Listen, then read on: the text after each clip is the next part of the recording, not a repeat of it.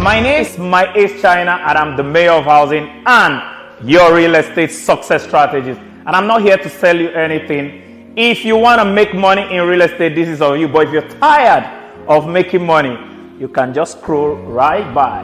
But you have 8 million naira, and I'll give you an opportunity to make money in real estate securely and short term with multiple returns on your 8 million naira, the shortest possible period. This is not in the market, and it's not for everybody, only for those that have 8 million naira or are not tired of making money.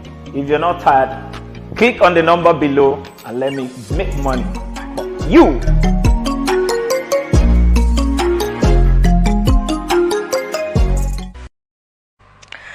Good to have you back on Press Roundtable on Atlantic Television Network. My name is Angel Umukoma, and this evening I have a wonderful personality here. His name is My Ace China. My Ace China is a media practitioner as well as he is also a real estate. He's into real estate and Mayor of Housing. He is right here in the studio. Mayor, you're welcome. Thank you very much. Good to have you. You're looking good. You're looking good. Angelic. Thank you. I know a lot of angels, but you're the only angelic one. Oh my God, thank you so very much. You're welcome. Thank you. You're very welcome. Thank you. Okay, so we have a lot of stories to look at. Now, first of all, we want to look at the stories. In Imo State, a Futo final year student stabbed to death. The Imo State Police Command on Friday said a 22-year-old Chinagoro Marvelous Kingsley, a final year student of the Federal University of Technology, was stabbed to death by a 300-level student of the Imo State University, IMSU, Francis Marvelous, a 21-year-old, last Thursday night. The State Police Public Relations Officer PPRO Henry Okoye confirmed this to newsmen in Owerri. He said it was as a result of heated argument between Chinagorom and Francis that led Francis to use a knife to stab Chinagorom to death. However, the police dismissed the reports that Chinagorom was stabbed to death by an Hausa Fulani person.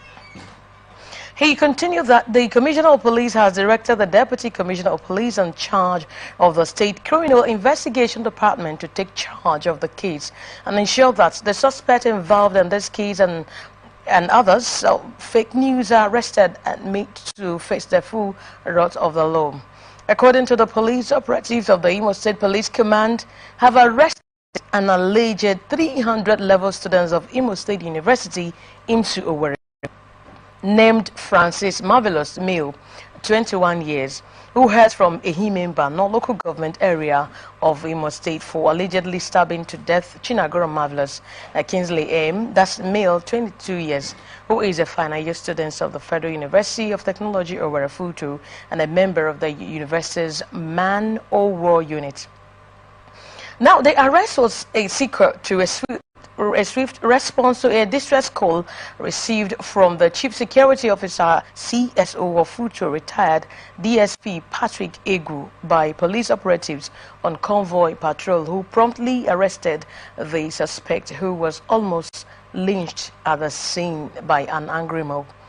The body of the victim was recovered and rushed to Federal Medical Center, where he was confirmed dead and deposited at the mortuary.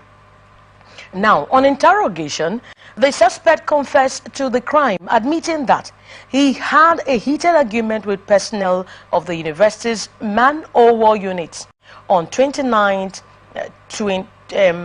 March 2024. No, that's February, 2024. And so he mentioned 3 others. He said they had the problem, which he brought out a knife he neatly concealed in his trousers and stabbed the victim to death. He later mentioned 3 others who were with him during the fight.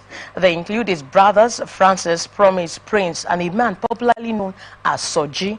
He continued that efforts are on top geared to arrest the suspect at large and ascertain their involvement in the case.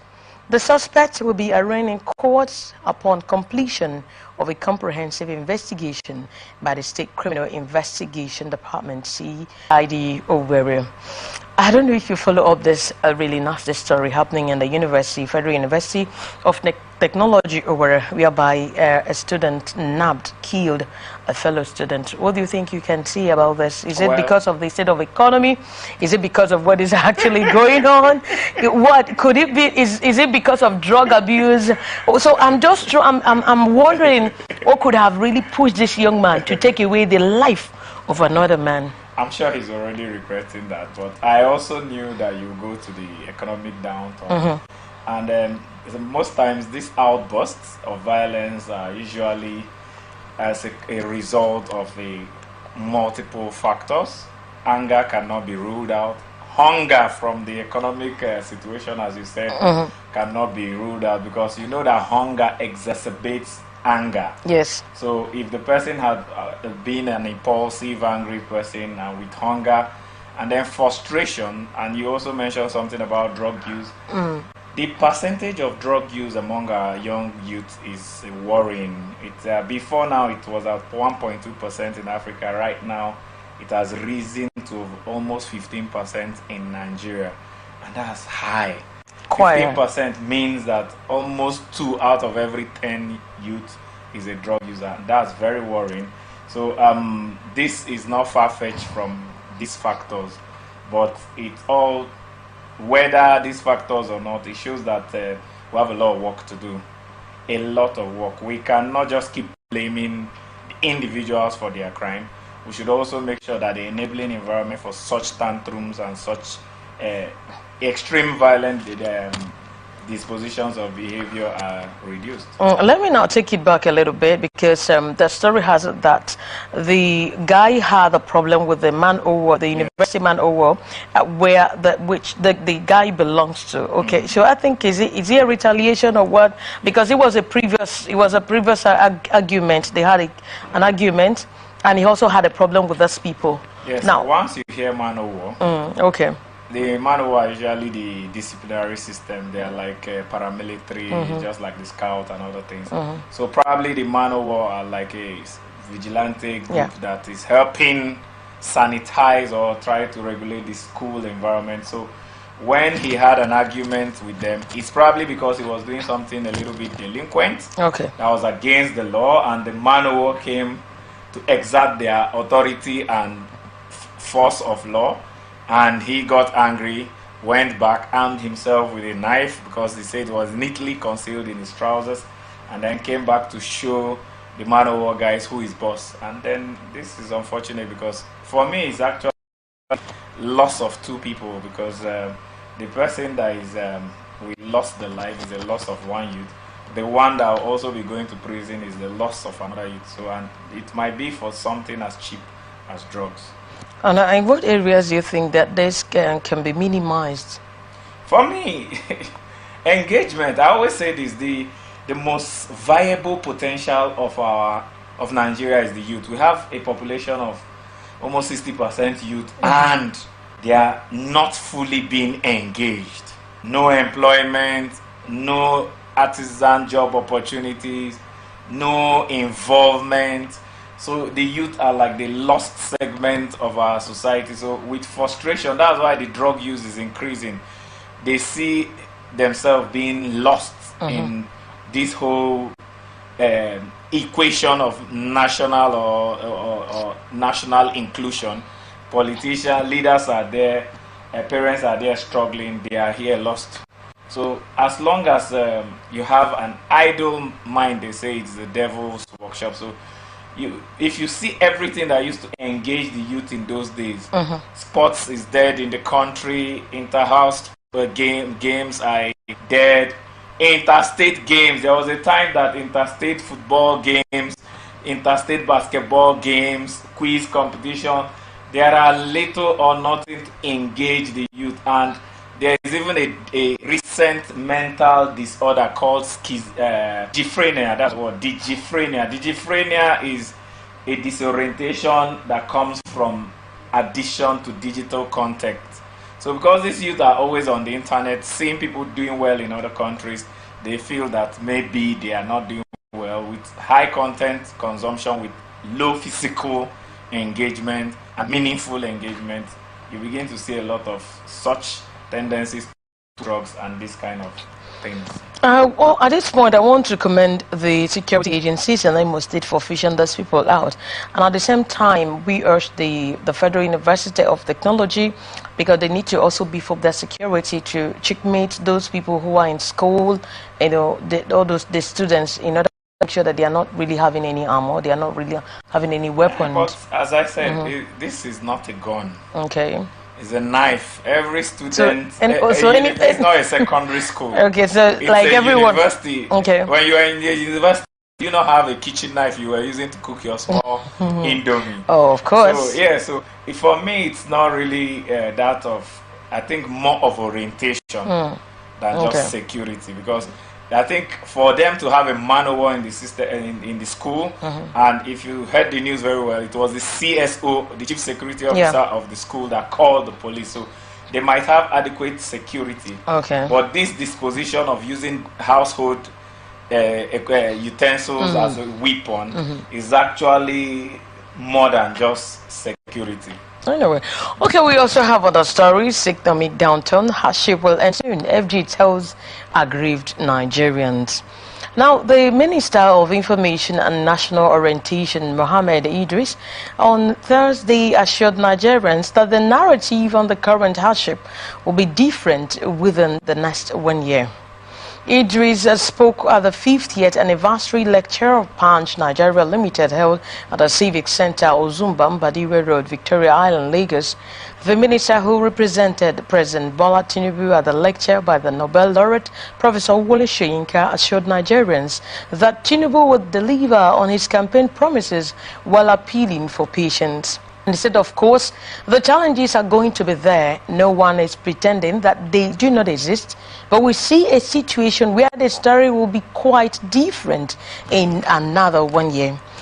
The information minister urged Nigerians to take a cue from Soyinka, who said he usually waited a year before assessing a new government in power.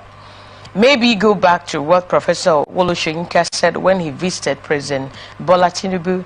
I listened to the journalist who was asking him to comment on the current administration, and what he said, even in my character, I wouldn't talk until whoever is in the office stays for at least 1 year. Now, speaking on the efforts being made by the government to take the country out of the woods, the minister said only a few days ago we invited captains of industries, Dangote, the BUA, the Elumelu, and ministers, among others, as well as all locked themselves in a room for about 3.5 hours discussing now how Nigeria is going to get better. And everyone in that room, from the private sector, from the central government, and the subnationals, believe that this country is going to get better. And so he said, I urge you to see this in line with what Professor Wole Soyinka has said around what time. Of course, you can criticize, you can offer suggestions, but the country has to exist. Let us please talk about all those good things happening. It's not bad stories all the time. While stressing that economic challenges were not peculiar to Nigeria, the minister referenced the case of the United Kingdom, which recently slipped into a recession. And Idris said, Nigeria is going through hard times, as we see, but this is not new and peculiar to this country. All the issues we are discussing now are issues that are also being discussed around the world. Only a few weeks ago, we heard that the United Kingdom had gone into recession. I am glad that it did not happen here. Otherwise, the story will be, oh, Nigeria is in recession, as if it is going to be the end of the world for the country. Now, according to him, the incumbent administration started work on the first day in office. Other than that, the government believed that all the challenges in the nation were for the country's good. He said, and I quote, the government of President Ahmed Tinubu, as you know, took bold steps from inception. The first one being that upon the resumption of office, one day the president took away fuel subsidy. And the second one, he also brought clarification to the foreign exchange regime. Now, this suggests that two major issues have been eating deep into the economy. As someone put it, The economy was a dead horse by the time the president came in. So whether the subsidy was removed or not, it should be a very challenging situation. The president took it very boldly, ensuring that this subsidy goes away for the benefit of all, and he was prepared from the one that it was not going to be an easy one. Okay, I don't know if you really follow these stories now, right in it. They're talking about economic downturn. They said the hardship will end very soon. They're telling aggrieved Nigerians because people are really worried because of the situation that is really, really on ground.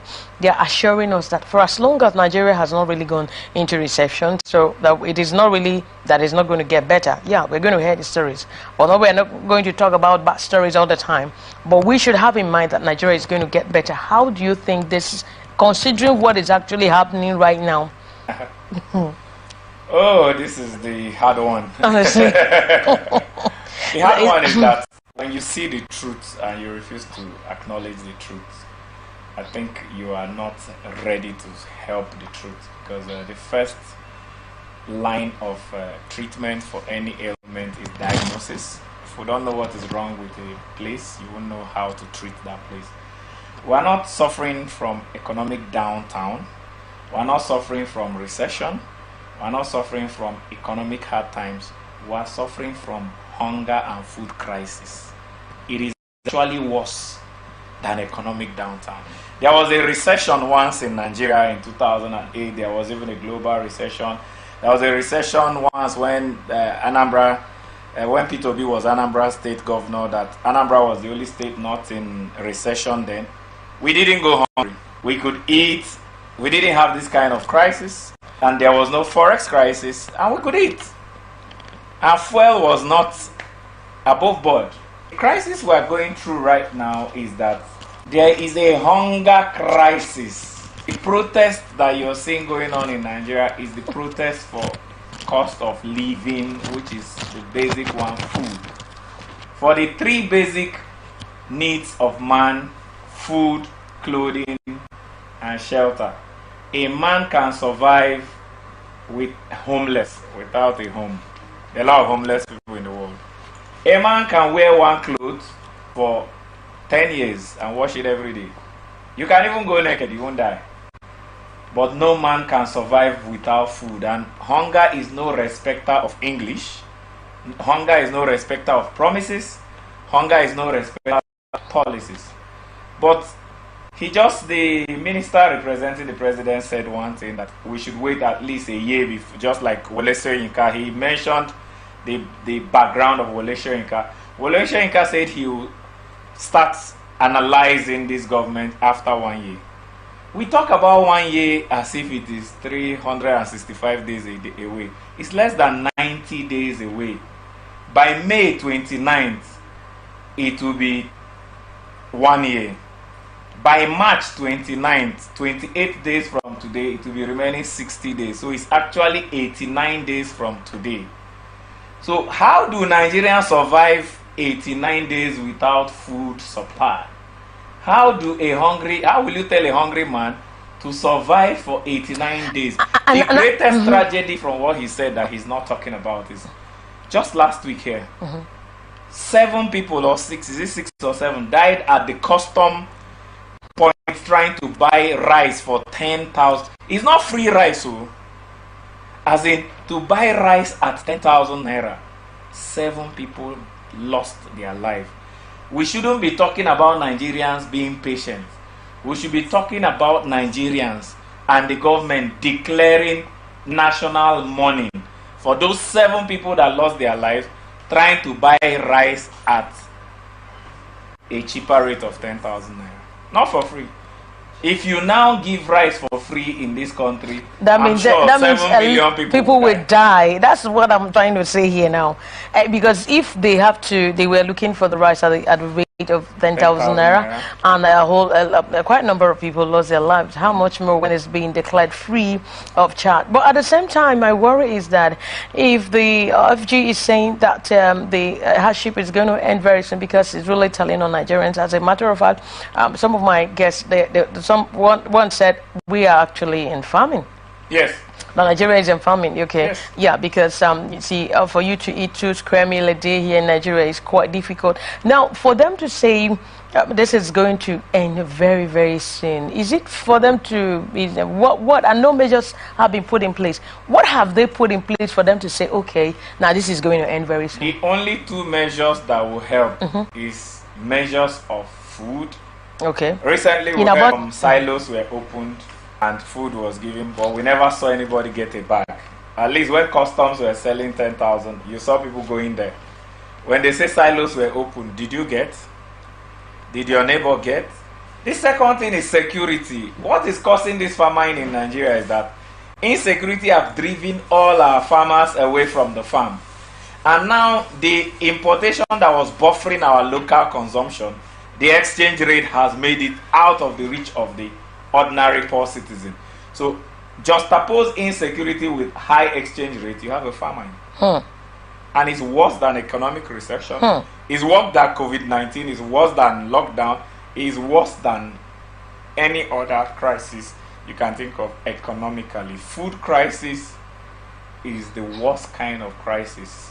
Because that is actually what Nigerians are facing right now. Yes, because it's the hunger. The cost of food has become so high, and the minimum wage has remained the same for how long, that a bag of rice that used to be about 15,000 or 25,000 is now about 75,000. It's getting to 80. The last time I heard was 80,000. A bag of cement that used to be 5,000 got to 13. The FG even in time for them to bring it down. Fuel that used to be 198 is 750 in places. Some places 800. 1,000. So 1,000. So the imported goods, okay, the crisis of even that is facing Nigeria. Do you know how many production companies have left Nigeria in the last 9 months?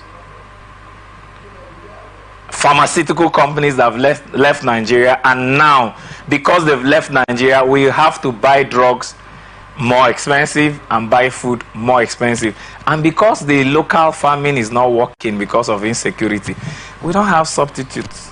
So it's actually a crisis. A lot of people have called for the government to declare a state of emergency for food, but if you declare a state of emergency, it won't produce food. Go and look for food and secure our farms. Simple. Okay, I think at this point you've really spoken well. You've really spoken well. But I just want to say, let's just call a quick break right now. In case you're just tuning in, you're just watching Press Roundtable on Atlantic Television Network. So when we come back, we have other stories like the Kano State stories. We're going to take more stories. Stay tuned.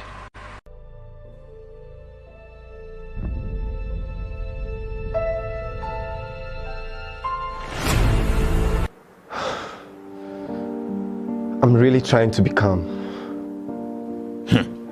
So you're here to ask me why I don't want to invest in real estate?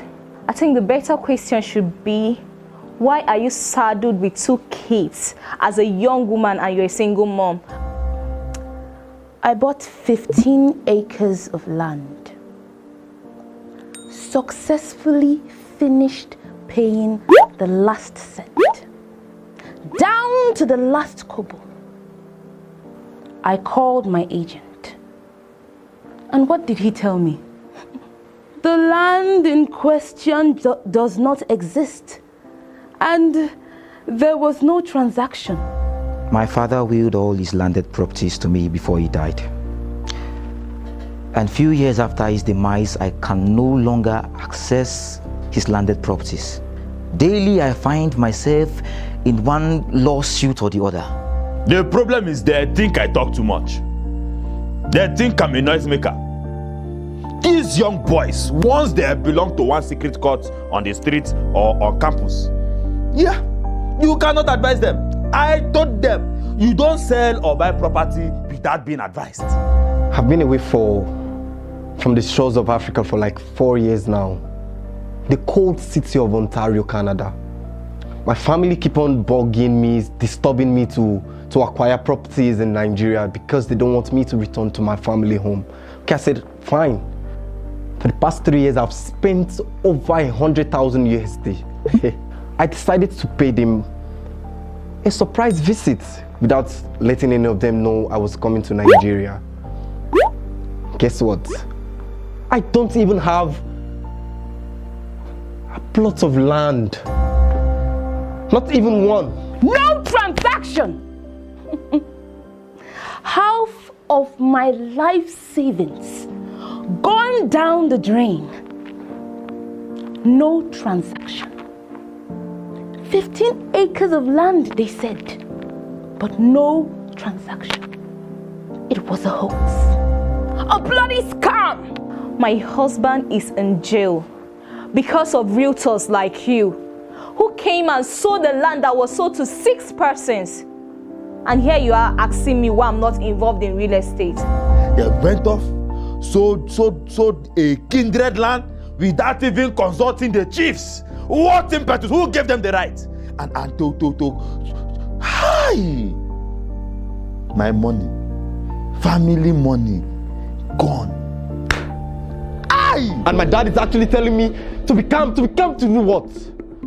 I'm tired. I'm tired. I'm tired. I'm tired. I'm tired. Must you have all these problems before you contact us? Here in the Mayor of Housing Limited, we complete the real estate equation. Those who appreciate value, convenience, and peace of mind will absolutely enjoy our services. We don't just sell property, we sell value, and this is visible through our constant provision of excellence in the real estate market for years. We have 2 offices, the Abuja office and the Port Harcourt office. Our contacts are reflected on the screen below. Do well to give us a call. We'll be waiting. Thank you so much, Mayor of Housing. I can't thank you enough. Thank you, Mayor of Housing. Thank you! Thank you. Thank you. All I have to say is thank you. Mayor of Housing, thank you very much. As you can see, I'm happy. There is peace in my family.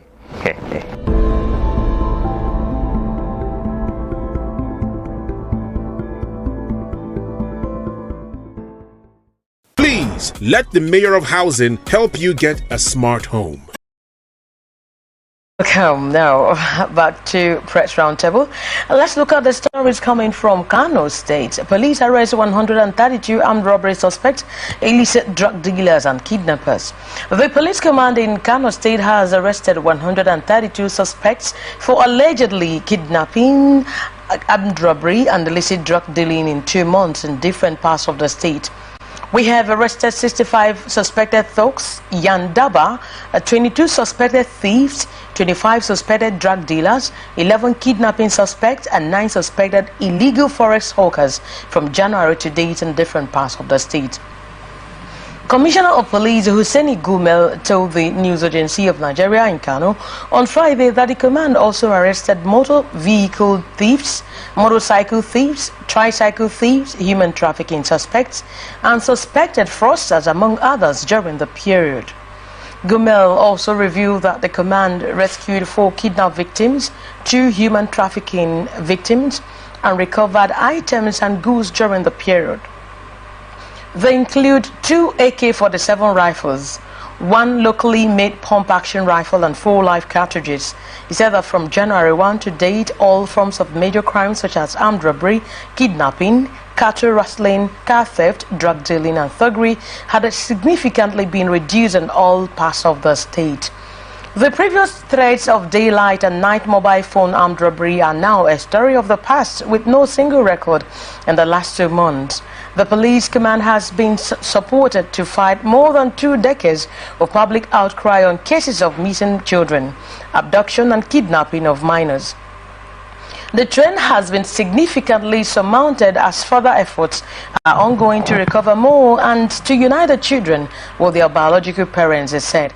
Gumel also stated that the command was able to smash and dismantle trans-border syndicates of motor vehicles thieves with the arrest and recovery of a large number of vehicles. Now, this is coming from Kano State Police arresting 132 armed robbery suspects, illicit drug dealers, kidnapping, and all of that. I think it's a welcome development. Yeah, at least some good news, because as I always say, if the our security agencies want to work, they work. They work. So any time crime is increasing, and you see a lot of hoodlums getting away with a lot of things, know that the security agencies are lethargic or indifferent. When they are actively, proactively working, they can do a lot of things. And when they are non-political, because sometimes they tend to forget their security work, start playing politics. When they are security conscious, they work. So kudos to the Kano State Police Command. We are hoping that other states can also follow suit and reduce this crime, because it's traumatic in Nigeria right now that not only are we facing hunger crisis, we're also facing security crisis. To travel from one point to the other, the fear of kidnapping, the fear of armed robbery is even exacerbating the already existing fear of going hungry, don't know what to eat the next day. So this is the two-way thing I told you about security and food. Thank God the Kano State Police Command is doing this. Kudos, they should do more. But I think there's a nexus there. There's a nexus there, because if you're hungry, definitely, I think that's what is really leading all those people into this crime and criminality, perpetrating this evil. Yes. Once you're hungry, because they will be like, okay, I cannot die alone. I have to go and source out food. I have to take it by force from people. So it boils down to the economy.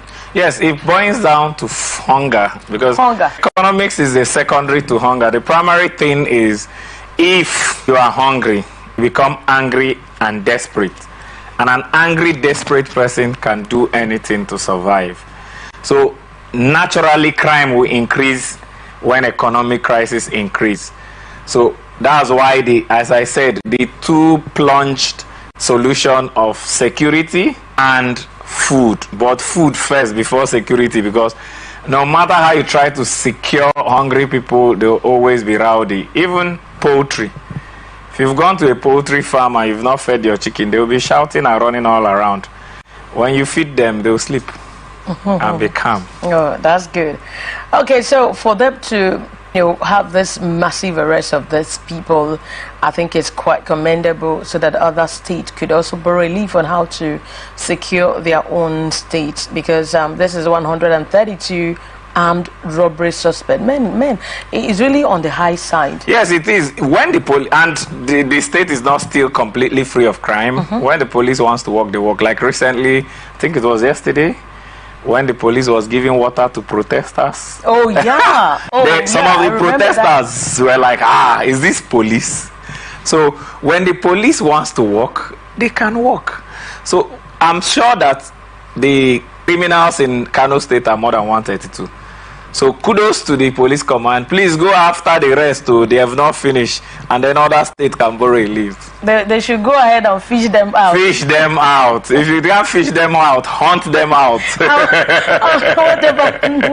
And also, like in River State, I think they are really fishing them out here. Yes, they need to, because news like this increases confidence in people moving around, and then external people that want to go to Kano State have some semblance of confidence or peace of mind, know that if I go to Kano, I'll only battle with hunger, not insecurity. So River State needs to borrow a leaf and wake up and begin to do this, so that you won't be suffering the hunger and fear of insecurity. It causes, I just pray that happened in the Futo, where the stabbing will not increase, because these things exacerbate traumas, and when a man is traumatized, they can do anything. Yeah, they can do anything.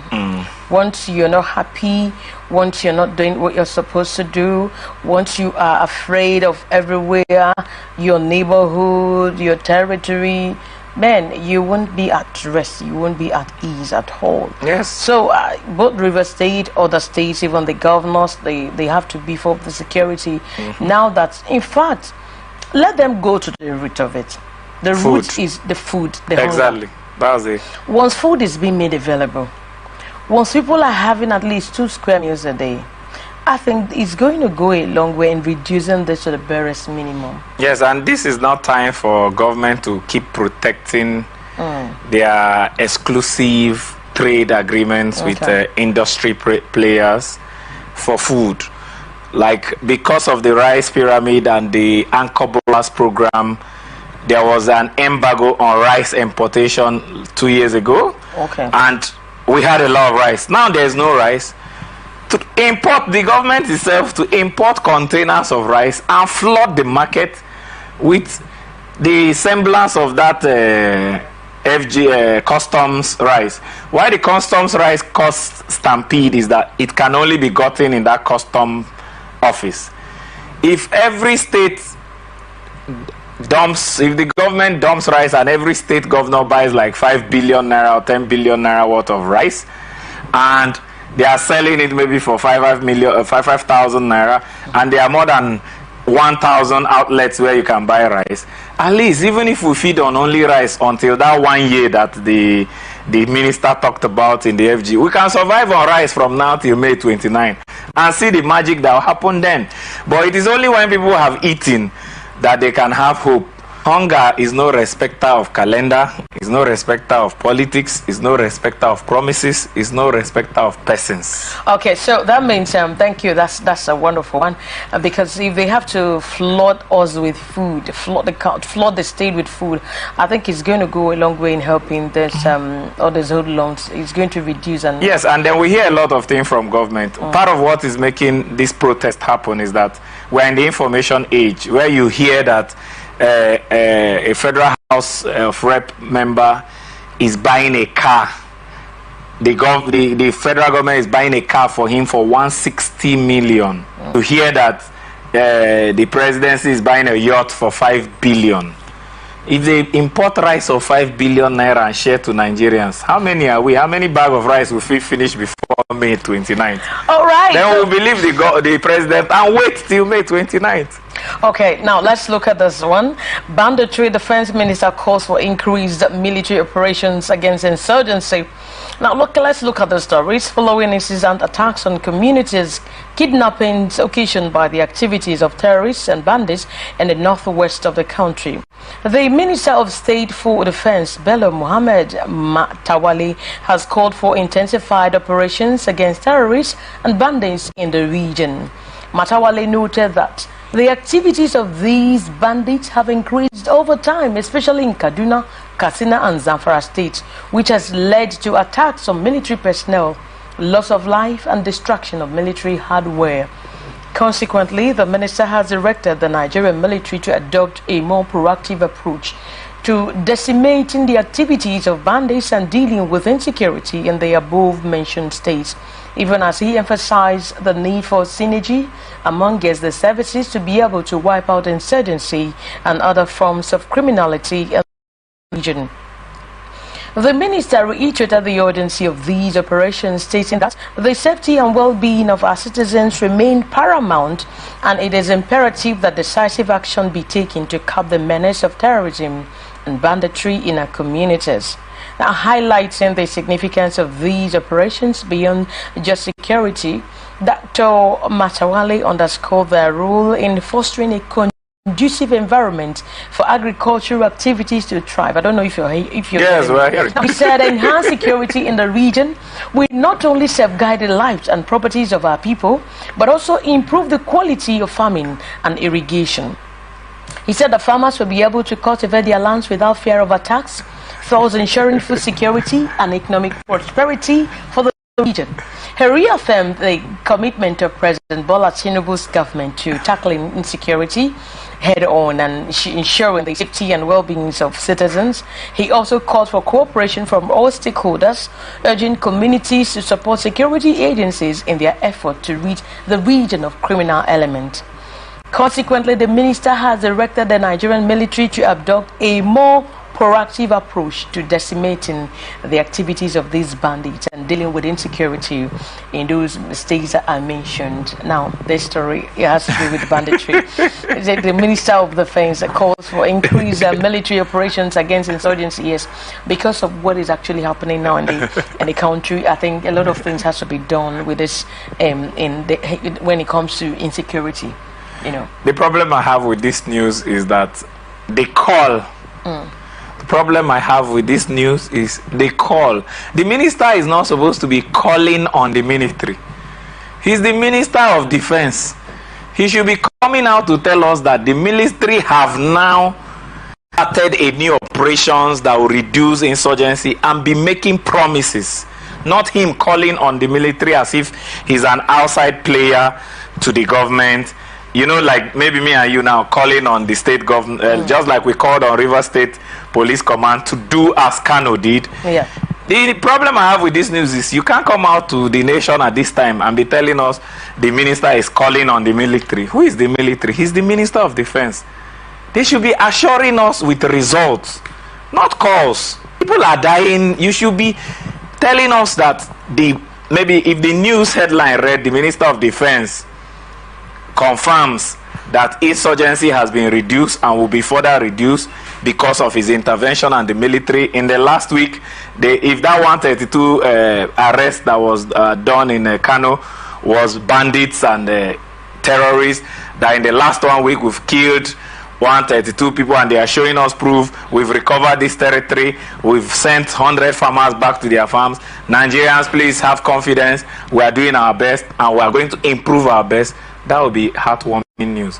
But Minister of Defense calling on military is like children are hungry and the father is calling on the mother to provide food. The mother is calling on the father to provide money. Will that solve the hunger? What the children want to hear is a done.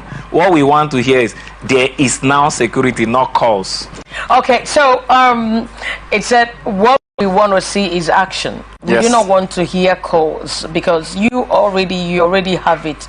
You have what it takes to ensure that all these things are being done. Instead of you calling out the military operations against insurgency, it is within your jurisdiction to take action.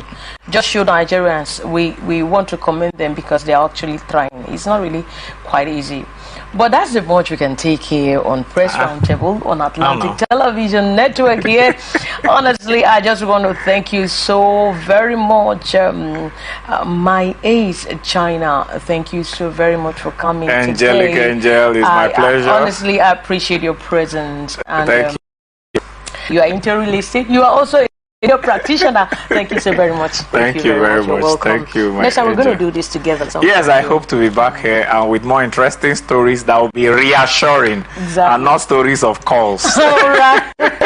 All right. Okay. Thank you so very much. Stay tuned and we enjoy you to watch Let's Talk on Atlantic Television Network.